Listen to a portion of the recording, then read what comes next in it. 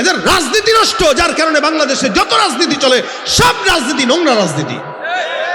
এজন্য ভাইরা আমার, কোরআন সব কোরআনে আছে, সব কোরআনে আছে, ওয়াজই চলতেছে, ওয়াজই চলতেছে, কোন সাংঘর্ষিক না। আপনি শুনেন, শুনেন না, শুনেন শুনেন শুনেন, আমি শুনতেছি তো, শুনেন। এ দেখেন, আমি কিন্তু রোগ ধরছি। ওকে, ওয়াজ করতেছি, ওয়াজ করতেছি, আপনি ওয়াজ করতেছি, ঠিক আছে, ওয়াজ করতেছি, সংসদ অধিবেশন আপনি ওয়াজ করতে বলেন, ওয়াজ করতেছি তো, ওয়াজ করতেছি, ঠিক আছে, ওয়াজটা কি করছেন আপনারা? দেখেন রেকর্ডিং, এই দেখেন দেখেন দেখেন দেখেন দেখেন, ওনার নাম কি? আমার নাম যাই হোক, হ্যাঁ আমার নাম কাউসার আহমদ। আচ্ছা শুনেন, এই না না না ভাই ভাই ভাই, শুনেন শুনেন, রাজনীতিক ব্যক্তি কে আসছে? আপনি কথা শুনেন, আপনি কথা শুনেন না, আমি আপনার কথা শুনবো না, আমি আপনার কথা শুনতে প্রস্তুত না। আচ্ছা আচ্ছা আচ্ছা, ঠিক আছে ঠিক আছে ঠিক আছে, এই ভাই শুনেন শুনেন শুনেন, আসুন বসুন, এই শুনেন শুনেন, না শুনুন, রাজনীতিক কোন ব্যক্তি আসে, আপনি কোন শিক্ষা নেন না, আমি আমার শিক্ষা আপনি নেন, আপনি আমার কথা আলেমদেরকে শিক্ষা দিতে যান না, রাজনীতিক কোন ব্যক্তি এসে আসছে, আপনি কেন বলবো? শেষটা শুনুন, না শেষটা পরে করুন, আপনি শেষটা শুনেন, না আপনি শেষটা পরে শুনুন। আচ্ছা দেখেন, এই কোন রাজনীতিক ব্যক্তি আসে ভাই, ভুইয়া ভাই, ভুইয়া ভাই শুনুন, না এই এই শুনেন, উনি ওনার কথা বলছে, আমি আমার কথা বলি, ঠিক আছে না? এখানে কোনো রাজনৈতিক নেতা আছে নাই? আচ্ছা আমি কি কাউরে ডাইরেক্ট বলছি?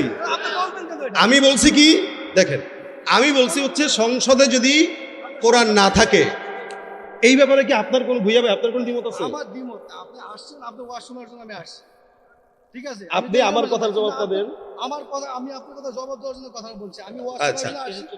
আচ্ছা এই কথাটা আমি সবাইকে বলতেছি, আপনি ওয়াজ শুনে দিয়ে আপনি সংসদ অধিবেশন শুরু এই এই জায়গাটা আমি শিখবো নাকি আপনার কাছে? আপনি শিখেন, শিখবেন তো, চুপ থাকলে না শিখবেন না না, তুমি চুপ থাকো, তুমি চুপ থাকো, তুমি চুপ থাকো, তুমি চুপ থাকো, শুনেন, না না ভুইয়া ভাই শুনেন। আচ্ছা উনি উনি মাহফিলে কিন্তু মাদ্রাসায় দান করছে না, সবচেয়ে বেশি দান করছে কিন্তু উনি, তাই না? আচ্ছা টুপিও লাগাইছে আলহামদুলিল্লাহ, পাঞ্জাবিও পড়ছে আলহামদুলিল্লাহ, তার মানে ঈমান তো আছে নাকি? নামাজও পড়ে অবশ্যই, এলাকার একজন গণ্যমান্য ব্যক্তি, ঠিক না? আচ্ছা উনি রাজনীতি করে না, আমিও বুঝলাম উনি রাজনীতি করে না। এখন যেই ভুল ধারণাটা ওনার যেটা আছে ওটা ভাঙানো দরকার, সেটা কি? না আপনি শুনতে হবে, শুনতে হবে। আরে ওকে ঠিক আছে, যান, আচ্ছা চুপ থাকেন, ওকে ঠিক আছে, শোনেন না খালি আরেকটা কথা শুনেন ভাই, শুনেন শুনেন, একটা জিনিস আপনারা আমার কাছে বলেন, এই বাংলাদেশে কোরআন এটার ব্যাপারে, এই আগেই বলছি যেটা, এটার ব্যাপারে কোনো প্রকার সন্দেহ আছে আপনাদের মনে হয়? আচ্ছা এইটা পুরা বিশ্বের সব জায়গায় দরকার আছে কিনা বলেন? এ ব্যাপারে কারো কোনো দ্বিমত আপনাদের? না। তার মানে কোরআনটা ঘরে হোক বাহিরে হোক, যেই জায়গায় হোক, যেখানে কোরআন থাকবে না ওই জায়গাটা কম দামি হবে, তাই না? আমার দাম কেন? শুধুমাত্র কোরআনের কারণে। এবং একটা মুসলমান সে যদি হাফেজও না হয়, আলেমও না হয়, ওলামা একরামও না হয়, সে যদি কোরআন পড়ে, এই কোরআন পড়ার কারণে তার জিহ্বা দামি হয়ে যায়, ঠিক না? এখন কেউ যদি বাজারে যায়ও কোরআনের কথা বলে, ওই বাজারটাও দামি হয়। আমি আগেও বলছি আপনাকে, একটা বাজারে যদি কোরআনের মজমা হয়, ওই বাজারটা কি হয়? দামি হয়। এখন আমাদের দেশের মূল ভুল যেগুলা হয়, মানুষ মনে করে কোরআনে শুধুমাত্র, আমি আগেও বলেছি একবার, মানুষ মনে করে কোরআনে শুধু জান্নাত, জাহান্নাম, নামাজ, রোজা, দান, সাদকা এগুলোই আছে, আর কিচ্ছু নাই। অথচ কোরআন পরিপূর্ণ জীবন বিধান, কোরআন পরিপূর্ণ জীবন বিধান। এই পরিপূর্ণ জীবন বিধানের ব্যাপারে কারো যদি বিন্দু মাত্র কোনো সন্দেহ থাকে যে এই পরিপূর্ণ জীবন বিধানে মনে হয় হয়তো এটা নাই, হয়তো ওইটা নাই, হয়তো ওইটা নাই, তাহলেই ইমানের ভিতরে খতরা চলে আসবে। কারো যদি এটা সন্দেহ থাকে যে এই পরিপূর্ণ জীবন বিধানে এটা নাই, ওইটা নাই, এটা নাই, তাহলে ইমানের ভিতরে কি চলে আসবে? খতরা চলে আসবে। ইমানের ভিতরে খতরা চলে আসবে মানে কি জানেন? আপনার ইমান দুর্বল। এখন কোরআন ভুল না, আমরা ভুল, আমার জ্ঞানের ভুল, আপনার জ্ঞানের ভুল, কিন্তু কোরআন যেখানে আছে এই জায়গাটা সঠিক। এই কারণে আপনারা মাদ্রাসা দিয়েছেন, মাদ্রাসায় দ্বীনি শিক্ষা হইতেছে, মাদ্রাসায় কোরআন শিখাইতেছেন। এখানে কি হবে? বান্দা কি করবে না করবে ফাতিহা থেকে নিয়ে নাস পর্যন্ত। আমি আগেই বলেছি, হেডলাইট যেটা জ্বালানো থাকে এটা নিভায় থাকবে, তা আমি অন্ধ হয়ে যাব। অন্ধ যখন হব আমি বুঝবো না কোন পথে যাচ্ছি, বুঝবো না কোনটা সঠিক, বুঝবো না কোনটা বেঠিক। আর যখন হেডলাইটটা জ্বালানো থাকবে তখন আমি বুঝবো এটা সহি, ওইটা খারাপ, এটা ভুল, এটা এই। তাহলে কোরআনটা আমার জন্য কি হেদায়েত কি না বলেন তো? বাস এই জায়গাটা খালি হন। এখন ভাই বলেছে ওয়াজ করতে, আমি ওয়াজই করতেছি, খালি আপনারা আমলের নিয়তে শুনেন। আমি উনাকে আগেই আপনাদের কাছে বলেছি, উনি মাদ্রাসায় সবচেয়ে বেশি দান করেছেন, সবচেয়ে বেশি উনি দান করছেন। তারপরে মহব্বত আপনাদের চেয়ে উনার বেশি আছে, একটু বেশি আছে। আপনারা হয়তো আপনাদের সামর্থ্য আছে 10 টাকা দান করছেন, ওনার সামর্থ্য আছে উনি 1 লাখ টাকার বেশি দান করছে। কিন্তু 1 লাখ টাকার বেশি দান করেওয়ালা লোক যদি হুট করে একটু রেগে যায় তাহলে মানায় না, এটা মানায় না এটা। আলহামদুলিল্লাহ আপনি বসছেন, শুকরিয়া। আচ্ছা এখন দেখেন, এই সেদিনও এক মাহফিলে গেছি, দেখেন ভাই, আচ্ছা সেদিন এক মাহফিলে গেছি, বুঝছেন? এই শুনেন, সেদিন এক মাহফিলে গেছি, এক মাহফিলে যাওয়ার পরে আমারে পাশ থেকে সভাপতি বলতেছে যে হুজুর কোরআন হাদিসের কথা বললেন। আমি মাহফিলের সভাপতিরে বললাম, জনগণকে বললাম যে ভাই কোরআন হাদিসের যে কথাগুলা এটা কি আমরা বলি কি বলি না বলেন তো? আপনাদের কি মনে হয় ওলামা একরামরা কোরআন হাদিসের কথা বলে না, ওয়াজ করে না? এখানে আজকে মাগরিব থেকে এই পর্যন্ত যা আলোচনা হয়েছে, কেউ কি বলেছে সন্ত্রাসী করেন? কেউ কি বলেছে নামাজ পড়েন না? কেউ বলে নাই। তার মানে প্রত্যেকটা ওলামা একরাম নামাজের কথা বলে, জিকিরের কথা বলে, কোরআনের কথা বলে, সুদের বিরুদ্ধে বলে, ঘুষের বিরুদ্ধে বলে, এই কথাগুলোই বলি আমরা। এরপরেও যদি কেউ বলে হেদায়েতের বাণী বলেন, কোরআনের কথা বলে, এর চেয়ে আর কি বলার আছে? আল্লাহ আমাদেরকে সঠিক হেদায়েতের বুঝ দান করে বলেন আমিন। এটা প্রত্যেকটা মাহফিলে আপনারা খেয়াল রাখবেন, আল্লাহ যেন আমাদের বিরুদ্ধে যেটাই যাক যাক, অথবা আমার বিরুদ্ধেও যদি আমাকেও যদি কখনো দেখেন, আমি হযরত ওমর ফারুকের কথা আমি নকল করে আপনাদেরকে বলছি। হযরত ওমর বলেছিলেন যে আমার কোনো কথা বা আমি ওমর যদি ইসলাম থেকে এক বিন্দু সরে যাই তাহলে তোমরা আমি ওমরের বিরুদ্ধে চলে যাবা।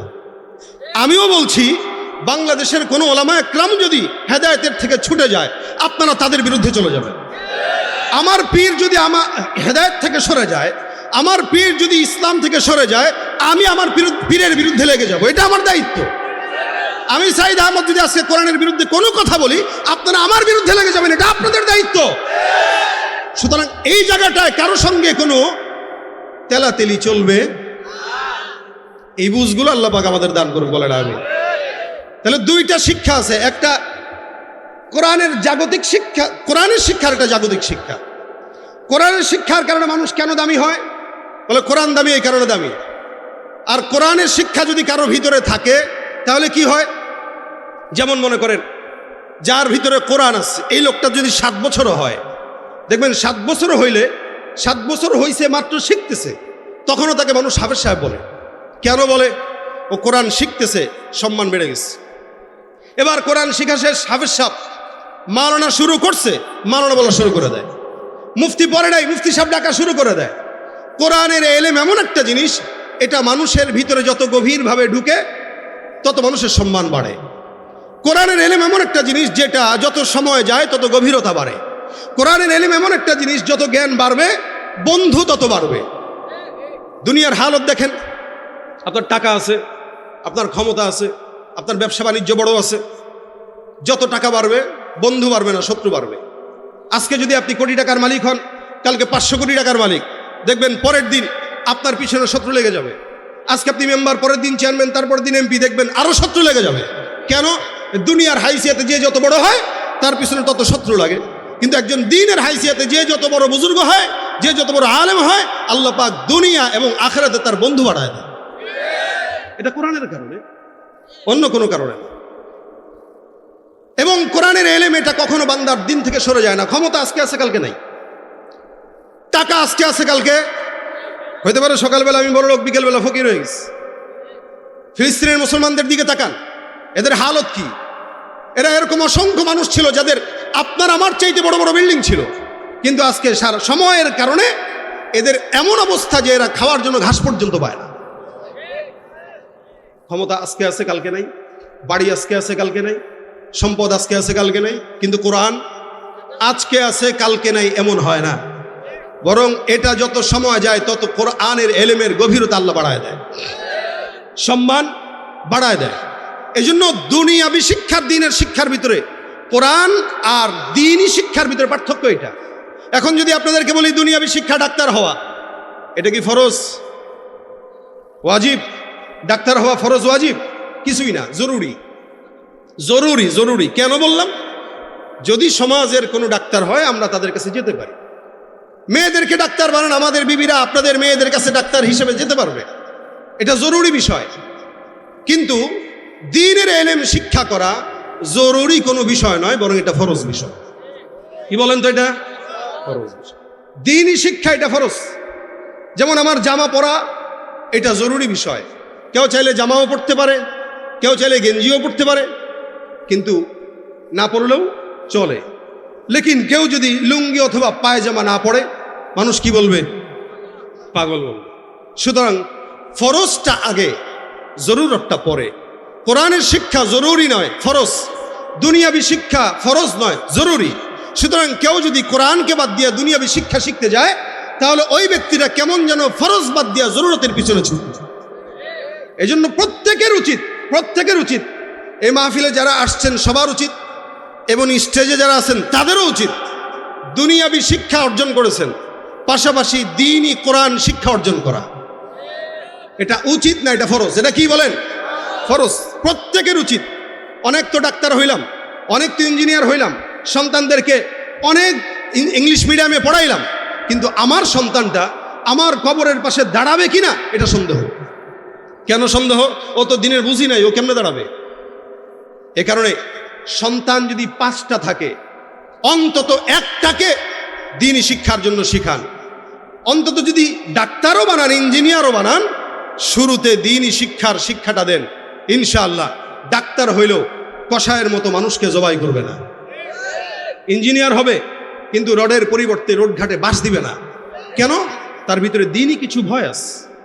এই দ্বীনি ভয়ের কারণে সে দুনিয়ার হালতে থাকলেও দ্বীনি পরিবেশে থাকবে, দ্বীনের কথা বলবে, দ্বীনের পথে চলবে।